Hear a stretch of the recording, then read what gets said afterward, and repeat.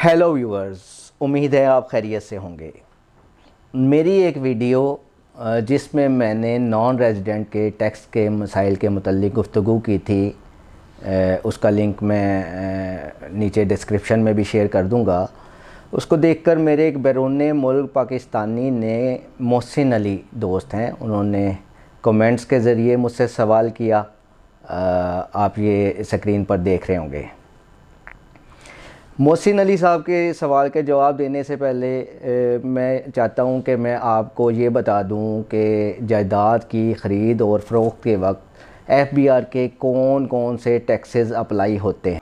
मैं हूं एहसन मलिक और आप देख रहे हैं मेरा YouTube चैनल। अगर आपने अभी तक मेरे चैनल को सब्सक्राइब नहीं किया तो काइंडली इसको सब्सक्राइब कर दें और बेल आइकन को भी क्लिक कर दें। नाज़रीन, अगर आप कोई जायदाद ख़रीदते हैं तो इनकम टैक्स ऑर्डिनेंस की शिक 236 के तहत आपको एडवांस इनकम टैक्स चार्ज किया जाता है, जिसकी रेशो फाइलर होने की सूरत में 2% और नॉन फाइलर होने की सूरत में 7% तक हो सकती है। इसी तरह अगर आप अपनी कोई जायदाद फ़रोख्त करने जा रहे हैं तो उस पर 2 किस्म के टैक्स लागू होते हैं। पहला, इनकम टैक्स ऑर्डिनेंस 2001 की शिक 236C के तहत चार्ज होता है, जिसकी रेशो फाइलर होने की सूरत में 2% और नॉन फाइलर होने की सूरत में 4% होती है। नाज़रीन, ये 236C आपको गोशगुजार कर दूं कि ये वही टैक्स है जिसको कचहरी या वसीका नवीज़ की ज़ुबान में गेन टैक्स कहते हैं। मैं अपने दोस्तों से कह कर थक गया हूँ कि 236C को गेन टैक्स मत कहें, लेकिन चूँकि ये इस्तिलाह वसीका नवीस ने ईजाद कर ही दी, इसलिए मजबूरी है। दूसरा टैक्स जो हमें एक बात बता दूँ कि 236C जो है वो आपने जायदाद की रजिस्ट्री की दस्तावेज़ात की तैयारी के साथ ही जमा करवा देना होता है, तब आपकी रजिस्ट्री हो गई। दूसरा टैक्स होता है सेक्शन 37 के तहत कैपिटल गेन टैक्स। तो ये कैपिटल गेन टैक्स आपको at the time of registry पे नहीं करना होता। इसकी एक रेशो होती है कि इतने अर्सा में आपने प्रॉपर्टी ख़रीद की और तो इतना टैक्स लगेगा, और अगर आपने इतने पीरियड में प्रॉपर्टी सेल की तो इतना टैक्स लगेगा। उसकी रेशो मैं लिंक में शेयर कर दूंगा, या कोई सेक्शन 37 के ऊपर हम एक अलग से कोई वीडियो करेंगे, उसकी तफसील में हम लोग बाद में जाएंगे। तो इसमें अब आपको ये समझ आ गई है कि 236 जायदाद की ख़रीद व फ़रोख्त के ऊपर कितने % टैक्स हमें देना पड़ता है। जी व्यूअर्स, अब आ जाते हैं हम मोहसिन अली साहब के सवाल की तरफ।